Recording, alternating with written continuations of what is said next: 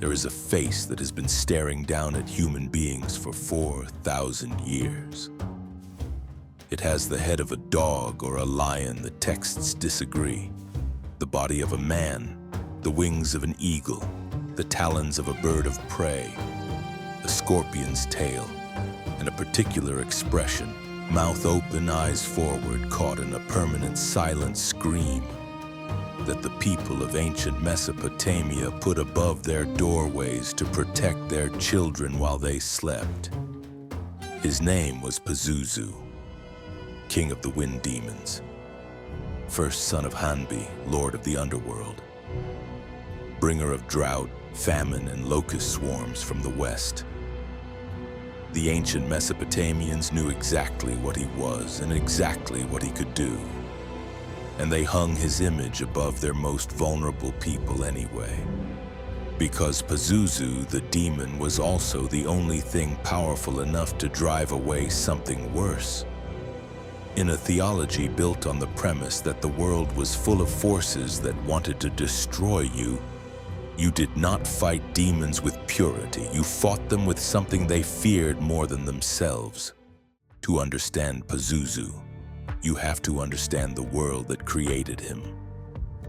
Mesopotamia, the land between the Tigris and the Euphrates rivers in what is now Iraq, was the site of the oldest complex civilizations on Earth.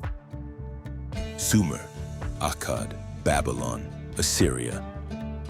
Civilizations that invented writing, codified law, mapped the stars, and built cities that housed hundreds of thousands of people at a time when most of the world was still scattered in small settlements. The Mesopotamians lived in one of the most geographically exposed environments on Earth. Unlike Egypt, which had deserts on both sides and a predictable annual flood, Mesopotamia had no natural barriers. Floods came without warning and destroyed cities overnight. Drought came from the west and killed crops and animals across entire seasons. Disease moved through dense urban populations with terrifying speed. And in the summer, the winds that blew in from the desert carried locusts and heat that could strip a harvest bare in a single afternoon. Their theology reflected this reality precisely. Mesopotamian religion was not built on the assumption that the gods were benevolent. It was built on the assumption that the universe was fundamentally indifferent, and that divine forces required constant management, negotiation, and appeasement to prevent catastrophe. The great pantheon of Mesopotamian gods, Anu, Enlil, Marduk, Ishtar, Ea, were vast, powerful, and largely concerned with cosmic matters. Below them was a second tier, the demons. Not servants of evil in the way later traditions would frame them, but forces of a different kind, autonomous, ancient, operating outside the authority of the major gods, and infinitely more present in daily life than any sky deity. Pazuzu was the king of the wind demons, specifically the demons of the southwest wind, the wind that came in from the desert and brought pestilence and drought with it. In the Mesopotamian understanding of the natural world, wind was not neutral. Wind was a carrier. It brought things, and what the southwest wind brought was destruction. His physical form, as preserved in hundreds of clay and bronze statuettes found across Mesopotamia, was a composite of the most powerful creatures known to the ancient world. The face of a dog or lion, predator, hunter, something that moved in darkness and was not afraid of it. Wings of an eagle, the highest flying creature, the one that could see everything from above. The talons of a bird of prey, grip, precision, the ability to take what it wanted. The tail of a scorpion, the silent kill, the strike that came without warning from the least expected direction. He was not assembled randomly. Every element of his form was chosen to communicate something specific about his nature. He was powerful in every domain simultaneously. Sky, earth, ground level, the unseen. He could come from any direction. He could not be outrun or hidden from. The form was a statement. This is what you are dealing with. He had a brother, Humbaba, the monstrous guardian of the cedar forest, the creature that Gilgamesh and Enkidu killed in the oldest written epic in human history. The family Pazuzu came from was ancient in a way that predated even the oldest Mesopotamian dynasties. He was not a recent invention. He was something the civilization had inherited from a time it could barely remember. Here is the thing that makes Pazuzu unlike almost any other figure in ancient mythology. He was a demon, specifically a demon of plague, drought, and famine. The ancient texts are not ambiguous about what he was or what he caused, and he was also the most widely used protective amulet in Mesopotamian history. The logic was specific. Pazuzu's primary enemy in Mesopotamian demonology was Lamashtu, a goddess demon of terrifying power who preyed specifically on pregnant women, infants, and newborns. She caused miscarriage. She killed babies in the night. She brought fever to children.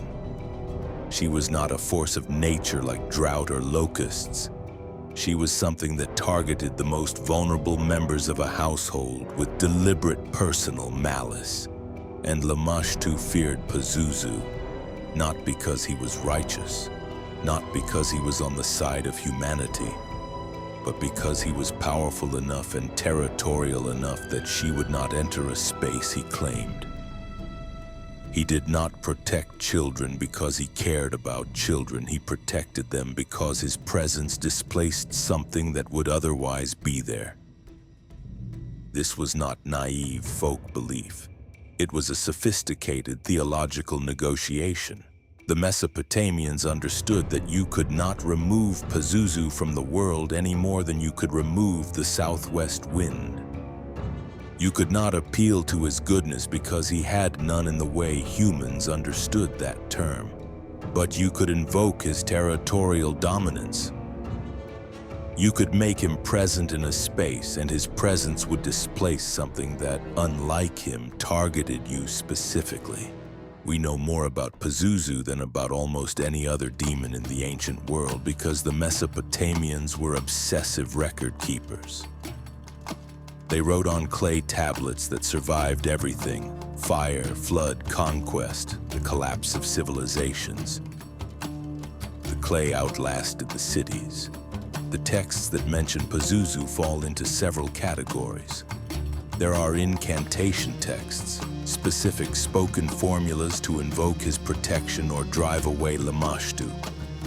There are medical texts that describe symptoms in terms of demonic causation and prescribe ritual remedies alongside herbal ones. There are amulet inscription texts that tell you exactly what to carve on which type of stone for which type of protection. What emerges from these texts is not a religion of fear, but a religion of competence. The people who wrote these tablets were not cowering from the invisible world. They were mapping it, cataloging it, developing repeatable procedures for navigating it. The exorcist priests, the Ashipu, were professionals in the truest sense, trained over years in institutions attached to the great temples, working from reference libraries of accumulated knowledge about the demonic world that would fill rooms.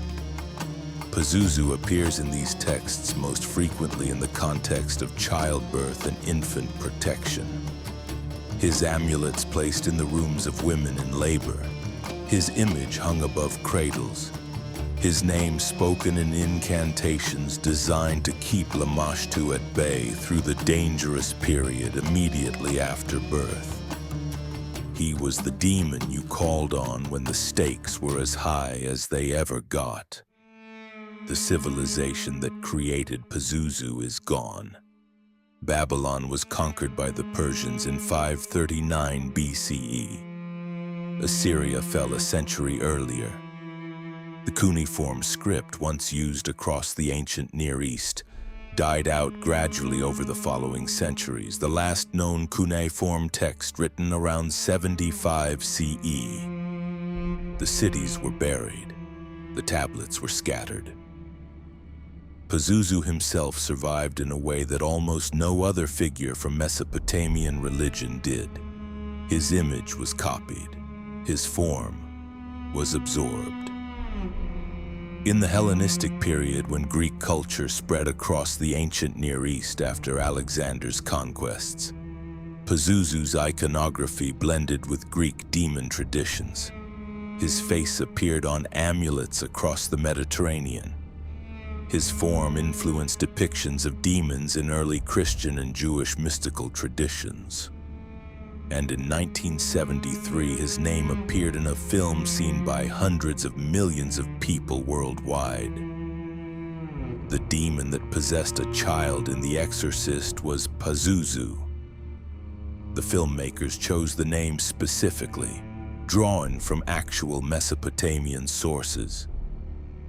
The demon that the ancient world hung above its cradles to protect its children had become, in the modern imagination, the thing inside the child itself. What the inversion means is worth sitting with. The ancient Mesopotamians used Pazuzu to protect children. The modern world made him the thing that destroys them. In 4,000 years, the same entity crossed from guardian to monster, from the face above the cradle to the face of possession and corruption. The demon did not change. The fear did. 4,000 years ago, in a city on the banks of the Euphrates, a parent hung a clay face above a cradle and asked a demon to stand guard over their sleeping child. Not because they trusted the demon, not because they thought he was good, because they understood something that gets lost in every era that considers itself too sophisticated for the beliefs of the people before it. The world is full of things that want to harm what you love. You cannot eliminate them. You cannot reason with all of them. Sometimes the best you can do is put something worse than them between you and what you are afraid of, and hope that the arrangement holds through the night. Pazuzu understood that. The Mesopotamians understood that. They built one of the greatest civilizations in human history on that understanding. And they wrote it down in clay so that it would outlast everything else they made. The tablets survived, the cities did not. And somewhere in the dry wind that still blows across that flat landscape between the two rivers, something very old is still moving. Not gone, just waiting to be named again. The Mesopotamians used a demon to fight a worse demon. They did not pretend he was good. They used him because he was effective. 4,000 years later, we still make the same calculation in every area of human life. Is that wisdom? Or is it the oldest compromise in the world, dressed up in different clothes every few centuries? Next time on Gods and Empires, we travel to the oldest continuous civilization on Earth. To a myth where the world was not created by a god's command or a god's war. It was created by a god's death. He held the sky and earth apart with his own body for 18,000 years. And when he finally died, his breath became the wind, his eyes became the sun and moon, and his blood became every river on earth. The story of Pangu is waiting.